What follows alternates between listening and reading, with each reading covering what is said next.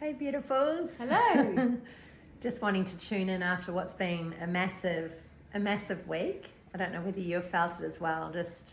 I know for Bridget and I it's been quite a week of a lot of overwhelm. So we thought it would be good to jump on and share how that expresses for us and then the tools we use. Yeah. Yeah.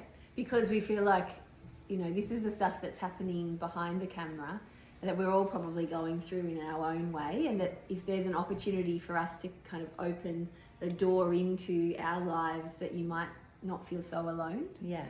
And know you're not crazy. Yeah. And that Yes. this is all... That we're all in it. Yes. We're all in it right now. We're all in a process. Yeah. So last week we both kind of felt this feeling of overwhelm and this sense of being out of our bodies, like being ahead of ourselves, and for me, and this feeling of being out of control. And I know we're both really intending big things for ourselves at the moment, and so it felt like to me we're kind of catapulting ourselves forward and riding the waves of this new energy that's coming in and getting kind of discombobulated by it. Yeah. And for me it felt, all of those things, and also like a lot of energy coming in, like a lot of information coming in, so much so that I felt like I couldn't hold on to anything. And like I was floating in a limbo land, not grounded, and that everything was just sort of coming in but not landing in me. Yeah. And we had a conversation before we pressed record about how that kind of manifests for both of us. And we're quite different in how it manifests. For me, when I feel those get into that state of overwhelm, I have a real tendency to just withdraw and kind of feel like I'm just on the periphery of life, and I get kind of right up in my head, and I'm kind of absent-minded because nothing's, like you just described, nothing's really sticking.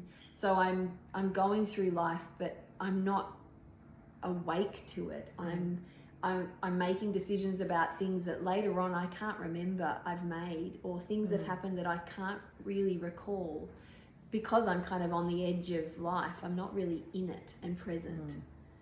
And for me, I do the opposite. I go right in. So if I'm feeling out of control, I'm like, all right, what can I control? And I start to just like go head on, busy, creating lists, checking things off. What did I say to you last week when I was like writing? I was like, just give me something I can sink my teeth into and do. Like, and you've got that kind of like flashy eye. My eyes get a bit wild. Yeah.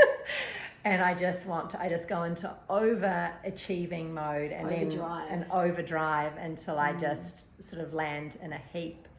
But for me, it was good this time. I kind of recognized it. Well, it was good we were working together. So Bridget very kindly pointed it out. Just sort of shone that light. And hang on, what's going on? And then I was able to just allow myself to feel the feelings. And then I had a big cry. And that just really helped. I kind of put that cry off for a couple of days.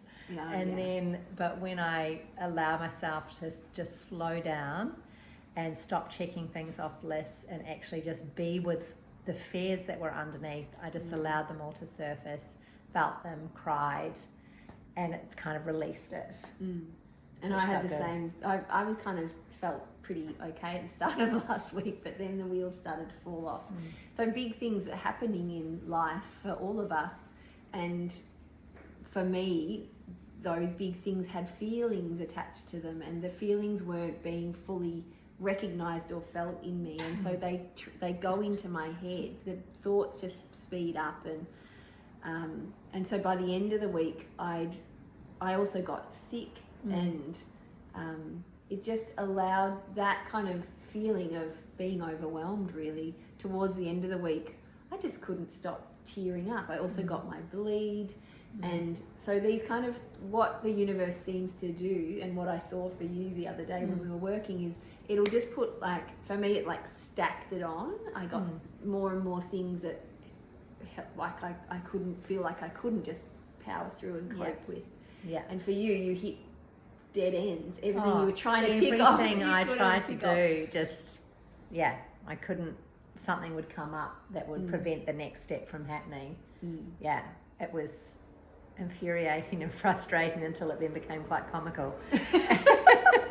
And so then, like towards the end of the week, I was just tearing up at everything, and it just I realised, oh my gosh, I've got this whole wellspring of tears in me that just needed a grief, like the grief of my daughter starting class 1 and this feeling of handing her into the arms of someone else who I don't actually know, and the fears that came up in me of letting that process and transition happen, and how it tending just to the tears as they kept coming, and they come here and there, and and then the more friends and women I talked to, it felt very like it was happening to all of us. Yes, we were all in it. Yeah, feeling the intensity. So some sort of upgrade going on for all of us. Yeah, and greater opportunities to just find ways to come back in. Yeah. And so that's what feel your feelings, and give yourself space to slow down and to be in it, and to acknowledge that it's very uncomfortable. Yeah. And it's hard to know when it will pass, but just to really know that it will pass. Yeah. And it always does. And that is learning how energy works. Yeah. It just always will pass if I can let it. Yeah.